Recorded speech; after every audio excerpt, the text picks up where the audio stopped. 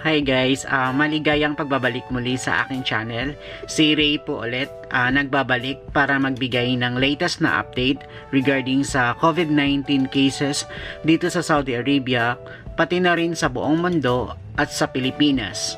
Bali, isi-share ko lang yung mga information na nakalap or nabasa ko sa mga lehitimong sources. Pero bago ko umpisahan, kung ikaw na nanonood sa akin ngayon at bago ka pa lang sa channel ko, please don't forget to subscribe at i-click mo na din yung notification bell na katabi para ma-notify ka at updated ka sa mga bago kong upload na video.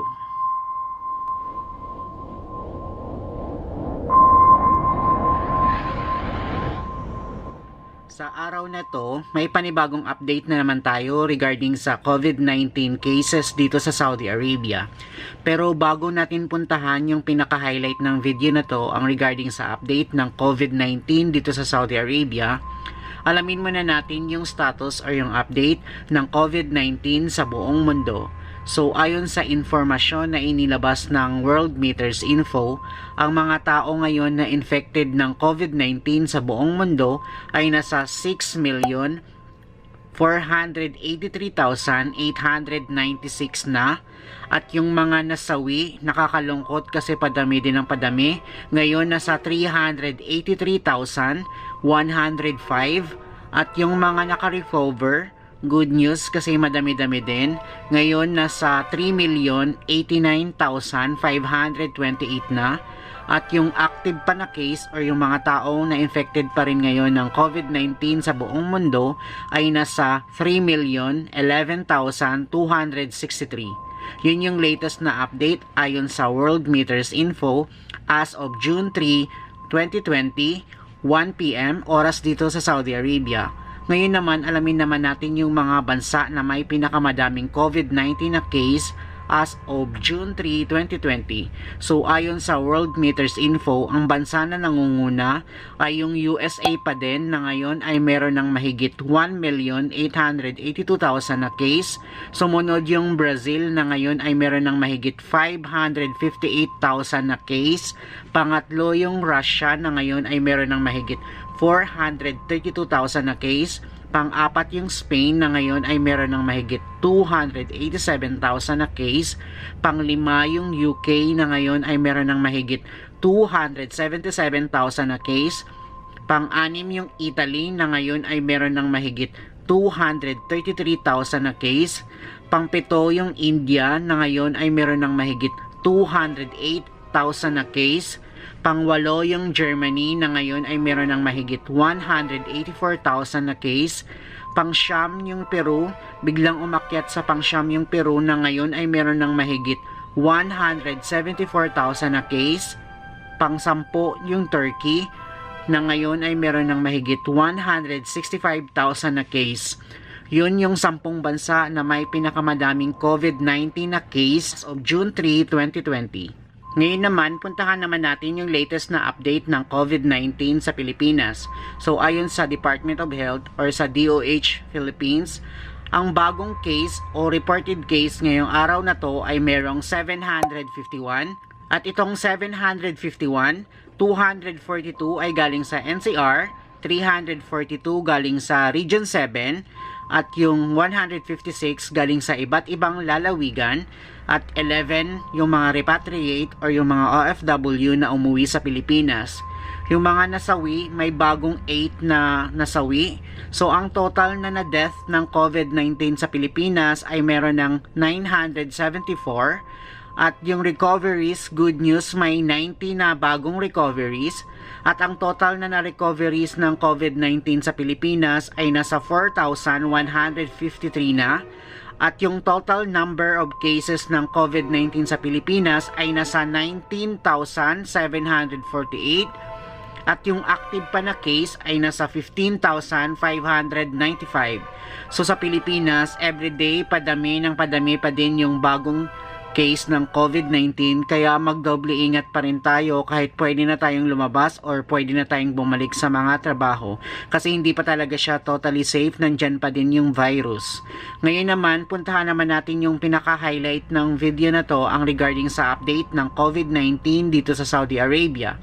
So ayon sa Ministry of Health or sa dashboard ng Ministry of Health, ang bagong case ngayong araw na to na naitala ay mayroong 2,171. So tumaas na naman yung bagong case dito sa Saudi Arabia, nasa mahigit 2,000 na naman.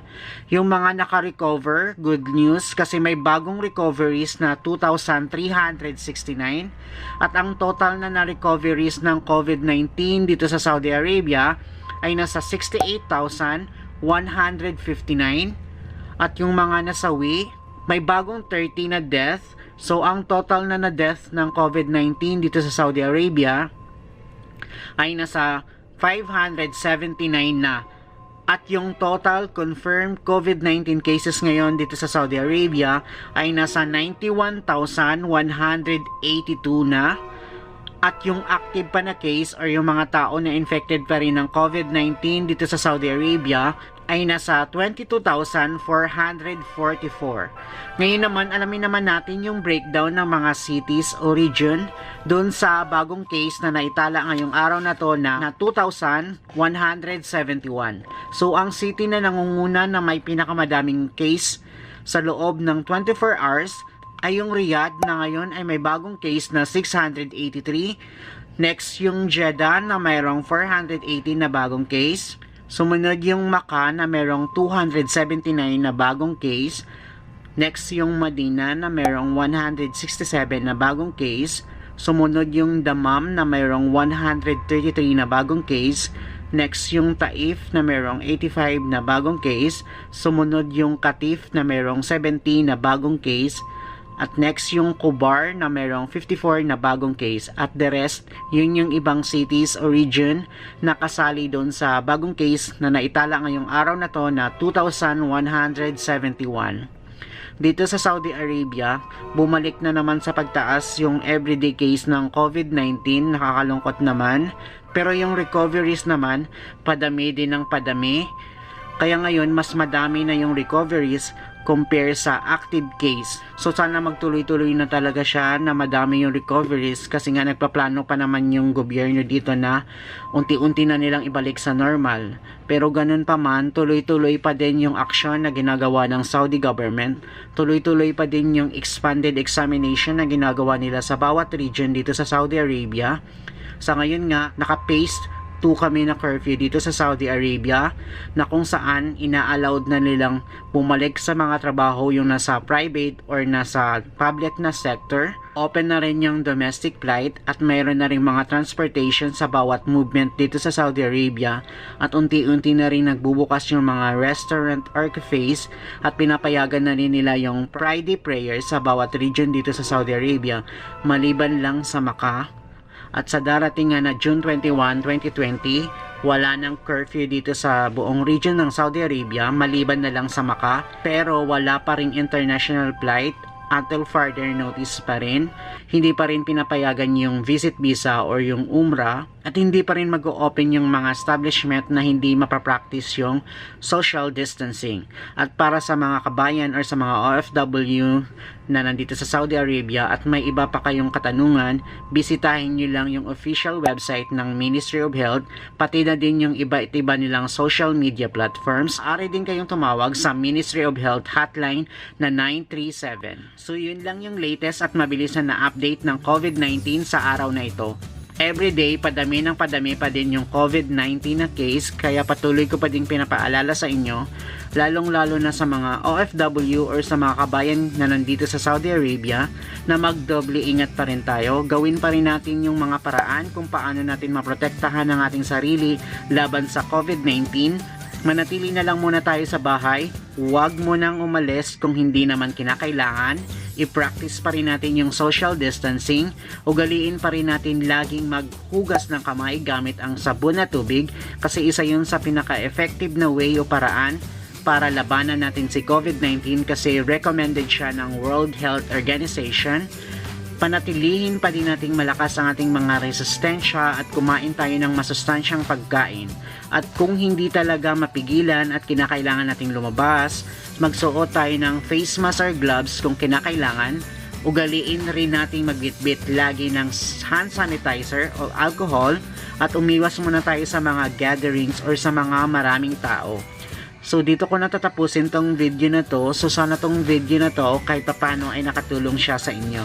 Kaya kung ikaw na nanonood sa akin ngayon at nagustuhan mo tong video na to, huwag mo kalimutang mag-like or mag-share. At kung hindi ka pa rin nakapag-subscribe sa channel ko, please don't forget to subscribe at i-click mo na din yung notification bell na katabi para ma-notify ka at updated ka sa mga bago kong upload na video. So that's it for now, guys. Thank you for watching. See you on my next video or update. Bye!